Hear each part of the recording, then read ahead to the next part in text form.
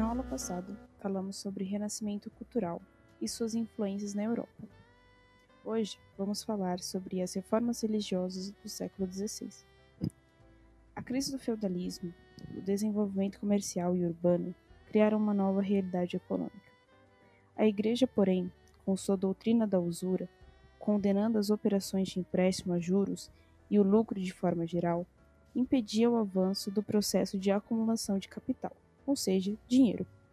Era necessária uma religião que colocasse os fiéis de bem com sua consciência, que não impedisse ou até mesmo que estimulasse a acumulação de capital.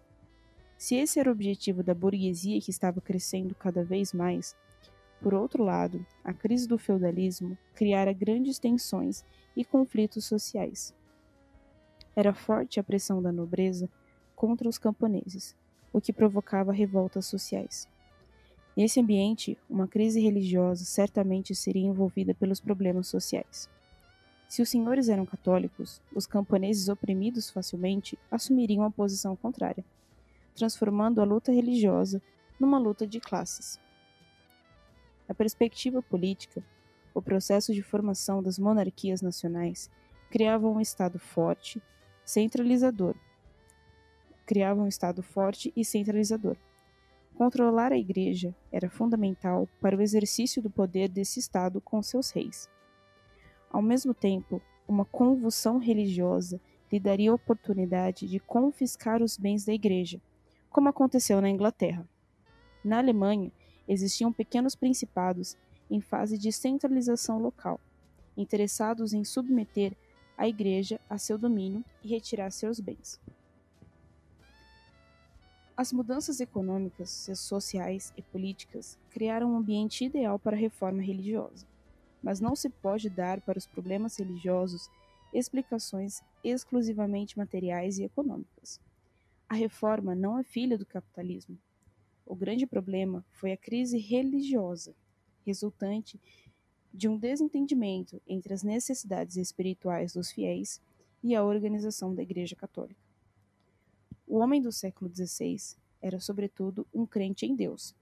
Foram notáveis os progressos da fé desde a Idade Média. As cruzadas, as construções das catedrais góticas e as próprias heresias são provas de fé. Com a invenção da imprensa no Renascimento, foram numerosas as edições da Bíblia, ampliando a consciência religiosa dos fiéis, suas exigências em relação ao clero e seu poder de crítica. Exemplo notável desse movimento são os humanistas cristãos, especialmente Erasmo de Roterdã, autor de uma nova edição dos Evangelhos. Ele condenava o clero, sua ignorância e imoralidade, o aspecto exterior do culto e pregava uma religião mais simples, baseada na leitura dos Evangelhos. Por outro lado, eram graves os problemas da Igreja Católica, com um clero ignorante nas altas e baixas camadas. Desde a Idade Média, era costume a indicação de elementos da nobreza para ocupar os bispados vagos. O baixo clero, sem formação adequada, cometia verdadeiras barbaridades na administração da Igreja e da religião. Na Alemanha, muitos padres titulares deixavam suas paróquias nas mãos de substitutos incompetentes, criando uma espécie de proletariado eclesiástico. Para sobreviver, cobravam para ministrar os sacramentos, especialmente o batismo e a confissão. A ignorância levava à imoralidade e ao comércio com as coisas sagradas. No nível do papado, a situação não era melhor. Em relação aos papas, a situação não era melhor. Muitos papas comportavam-se como senhores leigos. Eram mecenas, faziam guerras, tinham filhos naturais e viviam em cortes luxuosas, cujas despesas tinham de ser cobertas pelas contribuições dos fiéis, como a compra de indulgências. A intervenção das poderosas famílias italianas na eleição dos papas e o envolvimento destes com o poder político na Europa terminaram por desmoralizar o papado, a tal ponto que era forte a teoria conciliar, ou seja, a ideia de que as grandes decisões dentro da Igreja deveriam ser tomadas pelo concílio.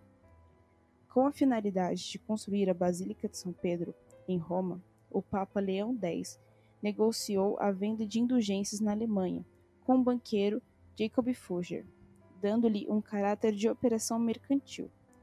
Tais indulgências, verdadeiros bilhetes de salvação, eram um saque sobre o tesouro do sofrimento de Cristo que o Papa podia administrar. Concluindo, o avanço da consciência religiosa dos fiéis aumentou seu poder de crítica, e os abusos do clero tornaram-se visíveis e escandalosos. O grande problema é que a salvação somente poderia ser atingida por meio da realização de obras, transformando os padres em verdadeiros intermediários entre os fiéis e Deus. Essa obstrução do canal de salvação gerou uma verdadeira crise de consciência religiosa, extremamente grave, porque se deu num momento de transição, quando as estruturas estavam rompidas e os problemas religiosos envolvidos pelas questões econômicas, sociais e políticas. O nome mais famoso da reforma religiosa é o nome de Lutero. Ele foi um dos precursores deste movimento. Vamos entender agora um pouco mais sobre a reforma de Lutero. O monge alemão, professor de teologia, Lutero aproveitou os abusos praticados nas vendas de indulgências para denunciar publicamente as irregularidades que o clero vinha cometendo. Lutero fixou 95 teses que condenavam os abusos do clero na porta da Catedral de Wittenberg, cidade onde morava. Mas só mais tarde é que percebeu o alcance de suas acusações. Elas atingiam dogmas da Igreja, pois declaravam que a salvação depende só da fé e não das obras, as obras ou más ações dos fiéis. O Papa, a princípio, não se deu muita importância ao caso, mas 3 anos depois, em 1520, como Lutero se negasse a retratar o que tinha dito, ele foi excomungado, condenado também pelos partidários do imperador Carlos V. Lutero refugiou-se no castelo de Wartburg, onde escreveu panfletos e traduziu a Bíblia para o alemão. Muitos príncipes alemães o apoiaram, porque desejavam libertar-se em seus domínios da influência do Papa e do imperador, que era católico. Tal apoio foi decisivo na vitória do luteranismo. Esses príncipes tomaram as terras pertencentes à Igreja, que passaram a ser consideradas propriedades do Estado. A pequena nobreza alemã aproveitou a oportunidade para tentar a unificação da Alemanha, sob a liderança de von Houten. Os camponeses também aproveitaram a ocasião, mas para se revoltarem, em 1524. O líder deles foi capturado no ano seguinte, porém a revolta continuou, com algumas interrupções, até 1536. Lutero, que era sustentado pelos príncipes, condenou os revoltosos. Em 1529, reuniu-se a Segunda Dieta de Spira, na qual tentou-se impor o catolicismo aos príncipes luteranos. Como esses se rebelassem, passaram a ser chamados protestantes, aqueles que protestam. Em seguida, organizaram uma liga militar contra o imperador e seus partidários católicos. Em 1555, a questão foi finalmente resolvida pela Dieta de Augsburgo. Cada príncipe decidiria que religião adotar em suas terras. Na Confissão de Augsburgo, exposta por Melanchthon, que fora monge junto com... Na Confissão de Augsburgo, exposta por um monge que fora... A Confissão de Augsburgo, exposta por um monge amigo de Lutero, em 1530, encontraram-se os fundamentos do luteranismo, que são: a salvação não se alcança pelas obras, mas sim pela fé, pela confiança na bondade de Deus, pelo sofrimento interior. O culto religioso, muito simples, somente salmos e leitura da Bíblia, é considerado contato direto entre Deus e o fiel, sendo dispensável assim o clero, ou padre, como intermediário. Lutero conservou apenas 2 dos 7 sacramentos da religião católica: batismo e Eucaristia, ou comunhão. Mesmo assim, na Eucaristia, acreditava-se apenas na presença de Jesus no pão e no vinho, e não na transformação do pão e do vinho no corpo e no sangue de Cristo, como os católicos acreditam. Outro importante nome da reforma religiosa foi Calvino. Quando, por volta de 1534, Calvino começou a se preocupar com os problemas religiosos na França, já havia no país numerosos adeptos de uma reforma dentro da própria igreja, tanto da parte dos luteranos como dos humanistas, que eram muito importantes na França. Obrigado a refugiar-se por causa do que pregava, Calvino foi convidado a morar na cidade de Genebra, na Suíça.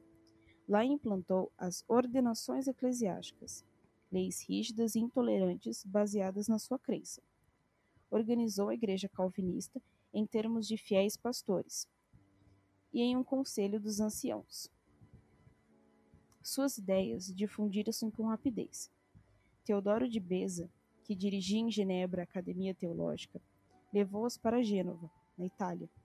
Logo alcançaram também a França, a Holanda, a Inglaterra e a Escócia.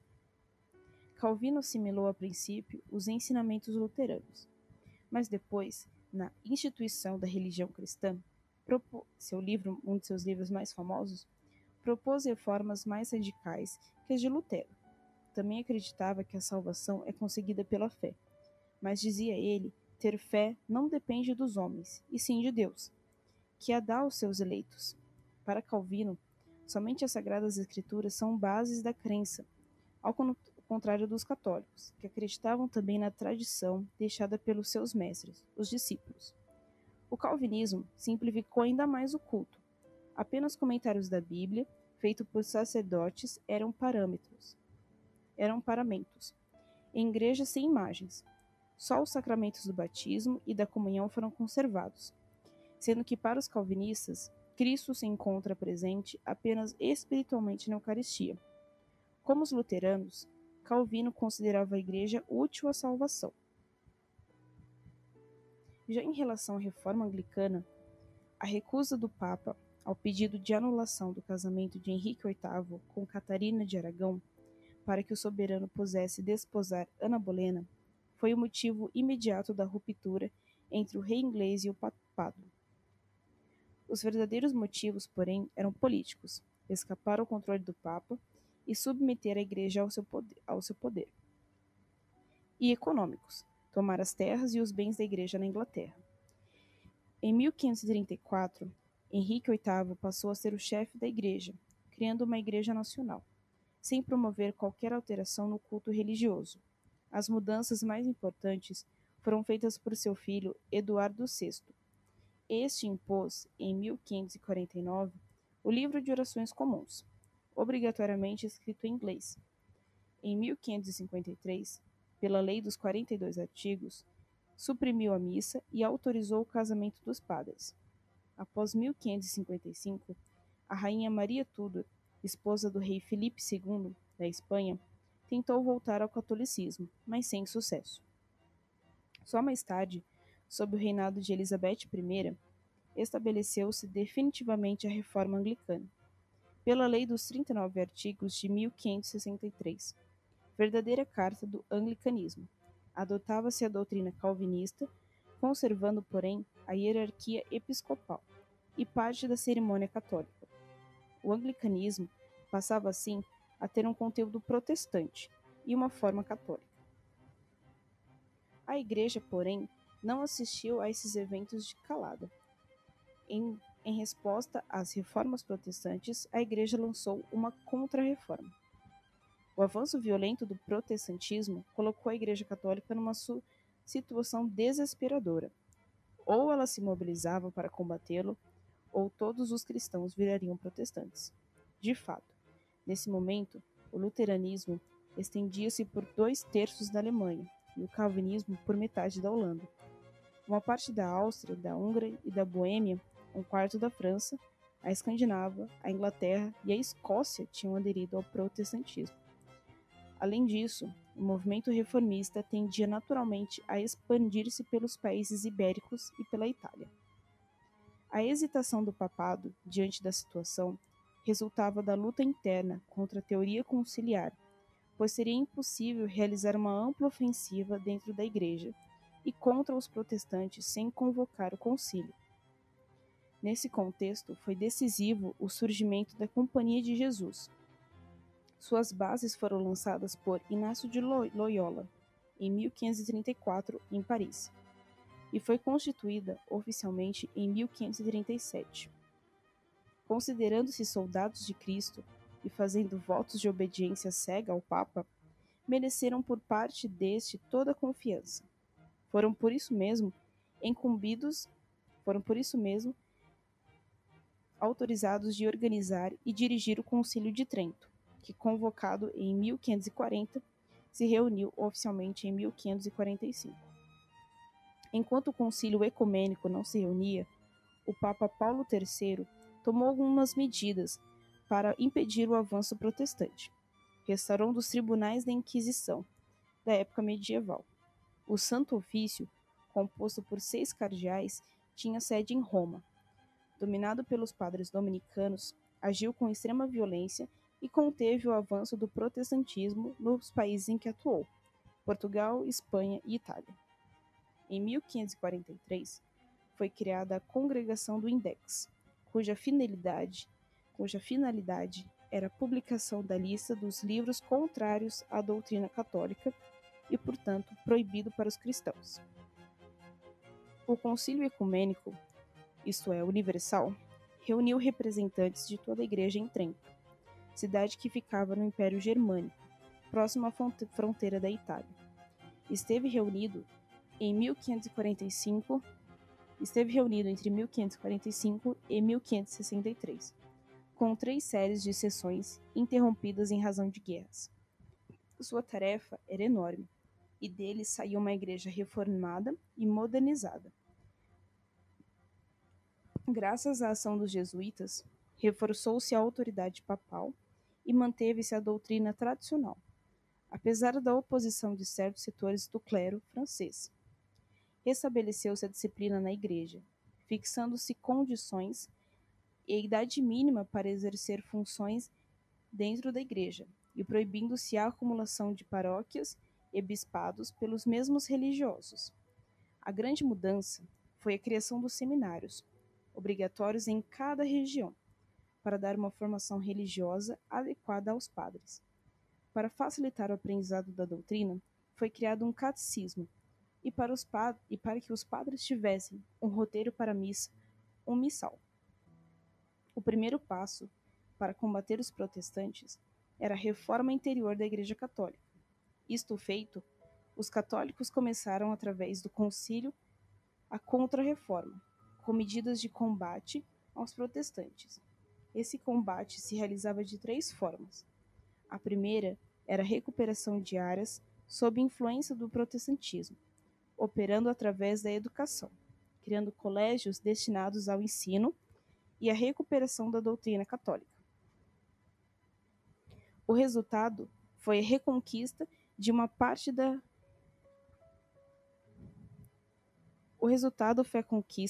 algumas áreas que estavam sob influência do protestantismo. A segunda medida foi a difusão do catolicismo entre os povos não cristãos, através da catequese, destacando-se a ação de São Francisco Xavier no Japão. A terceira forma de combate foi a contenção do protestantismo através dos tribunais da Inquisição. Vimos, portanto,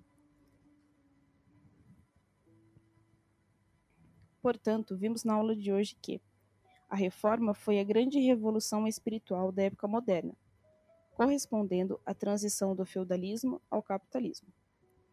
O interesse na legitimação do lucro, crises e conflitos sociais, centralização do poder em escala nacional ou local, foram alguns dos fatores da reforma.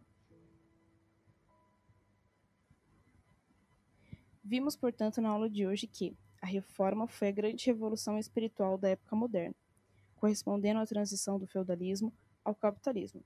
Os burgueses buscavam uma forma de legitimar o lucro, que era proibido pela Igreja.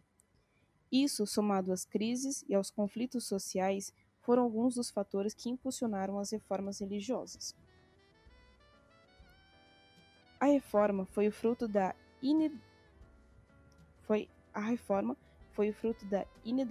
inadequação da estrutura eclesiástica às necessidades espirituais dos fiéis.